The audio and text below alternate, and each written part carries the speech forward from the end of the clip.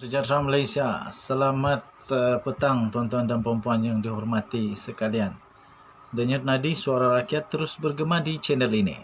Okey, so satu demi satu Dun bubar, tetapi terbaru daripada Sultan Perak memang mengejutkan. Dan saya sudah jangka Sultan Perak tidak akan terburu-buru membuat keputusan, tuan-tuan dan puan-puan yang dihormati sekalian. Kebawah Duli Yang Maha Mulia, Sultan Perak akhirnya memberikan keputusan yang mungkin tidak dijangka dengan begitu baik oleh UMNO, terutamanya daripada Menteri Besar Perak Sarani yang mungkin mengharapkan cepat, tetapi akhirnya Kebawah Duli Yang Maha Mulia Kebawah Duli Yang Maha Mulia Sultan Perak Sultan Nazrin tidak terus memperkenankan pembubaran ini, tetapi baginda berkata hanya akan mempertimbangkan nasihat daripada Menteri Besar tersebut. Dan seterusnya Menteri Besar Perak itu berkata beliau tidak dapat memberikan apa-apa tarik kerana beliau menunggu kebijaksanaan dan keputusan muktamad daripada Kebawah Duli Yang Maha Mulia Sultan Perak. Sultan Perak adalah antara yang selalu menyuarakan kebimbangan tentang rasuah, kebimbangan tentang salah guna kuasa kewangan dana negara yang berlaku. Kebijaksanaan baginda pastinya akan menjadi satu pertimbangan yang kukuh sama ada baginda bersetuju berkenan atau tidak untuk membubarkan Dewan Undangan Negeri Perak ataupun tidak. Dan saya sebagai admin The Twin TV tetap menyokong apapun keputusan daripada semua sultan-sultan, raja-raja Melayu di Malaysia. Semuanya pasti akan membuat keputusan yang terbaik untuk negeri di bawah jajahan baginda-baginda sultan semua, dan juga untuk kebaikan seluruh rakyat, terutamanya untuk politik negara Malaysia yang semakin menjadi cacamerba, tunggang terbalik, haru biru, porak-poranda. Begitukah? Patutkah dicakap porak-poranda? Tidak juga kali, bah. Okey juga, bah. Cuma baguslah kalau dikembalikan mandat kepada rakyat. Cuma saja mungkin Kebawah Duli Yang Maha Mulia Sultan Perak ingin membuat pertimbangan sewajarnya, terutama untuk mempertimbangkan keadaan semasa rakyat yang mungkin susah dan keadaan cuaca yang mungkin akan banjir. Ada amaran daripada Met Malaysia mengatakan bahawa kemungkinan akan banjir di banyak tempat di Malaysia. Jadi mungkin salah satu yang mungkin banjir di Perak. Jadi mungkin kerana itu baginda memerlukan masa untuk mempertimbangkan permohonan ataupun nasihat daripada Menteri Besar Perak ini. Okey, sekarang ini Barisan Nasional berkuasa di Perak. PKR hanya mendapat sikit saja kursi, 3 saja. DAP banyak kursi di Perak.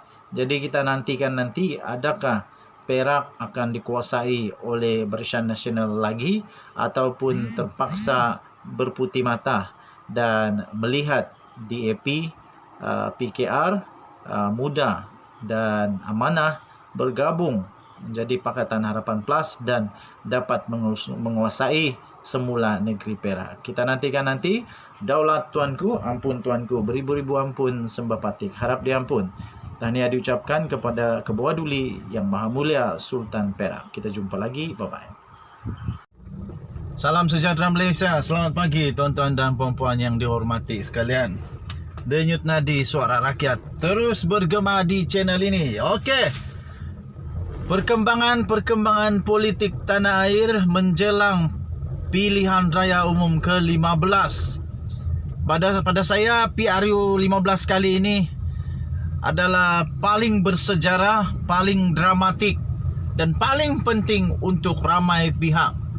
Terutamanya memetik semula, mengingat semula, mengimbas semula ucapan daripada Zahid Hamidi, Presiden UMNO. Dia kata kalau UMNO BN kalah pada kali ini, maka UMNO BN akan jadi lebih teruk lagi daripada sebelumnya. UMNO BN akan jadi lebih teruk, 10 kali ganda lebih teruk agaknya maksudnya daripada ketika mereka kalah di pilihan raya ke-14 yang lalu. Okey. Jadi satu demi satu parti politik buat strategi. Satu demi satu parti politik buat strategi untuk menang. Yang lawan jadi kawan, yang musuh jadi tiba-tiba jadi kawanku.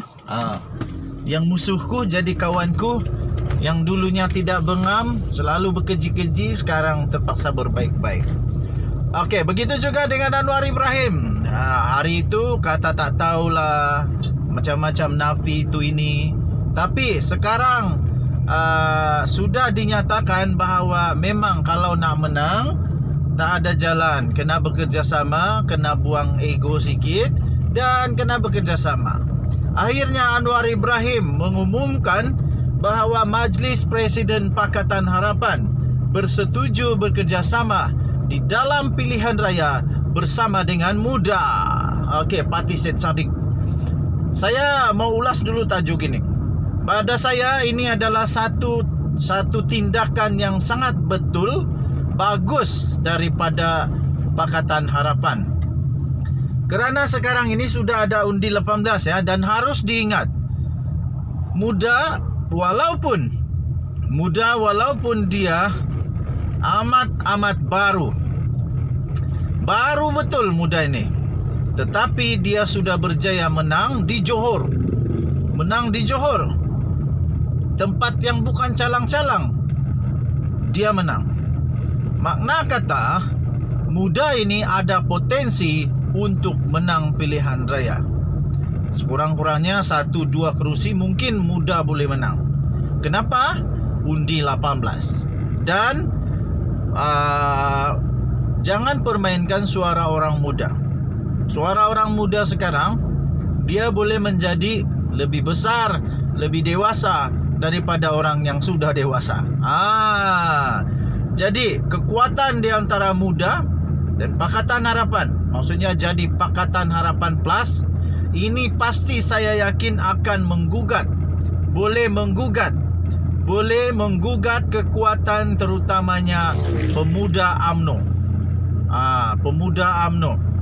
Selama ini pemuda UMNO mendominasi hampir 100%. Hampir 100% orang-orang muda di Malaysia hanya ditentang oleh pemuda daripada Pakatan Harapan. Tapi kali ini betul-betul parti muda. Betul-betul parti muda yang akan membuat tantangan bersama dengan Pakatan Harapan. Okey, jadi apa yang akan terjadi nanti pasti akan menggegar. Yang pastinya Pakatan Harapan telah pun bersetuju untuk bekerjasama dengan Parti Muda bagi menghadapi pilihan raya.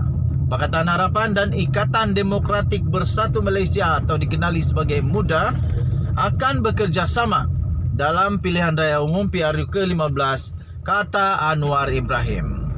Okey, bagaimanapun pengerusi Pakatan Harapan itu berkata, Majlis Presiden memutuskan ia akan diteruskan sebagai pakatan pilihan raya buat masa ini. Jadi hanya waktu pilihan raya saja.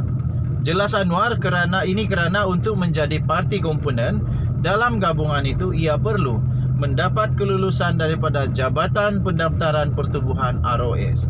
Keputusannya boleh diteruskan atau tidak dengan kerjasama dengan MUDA nanti akan dibuat selepas ini.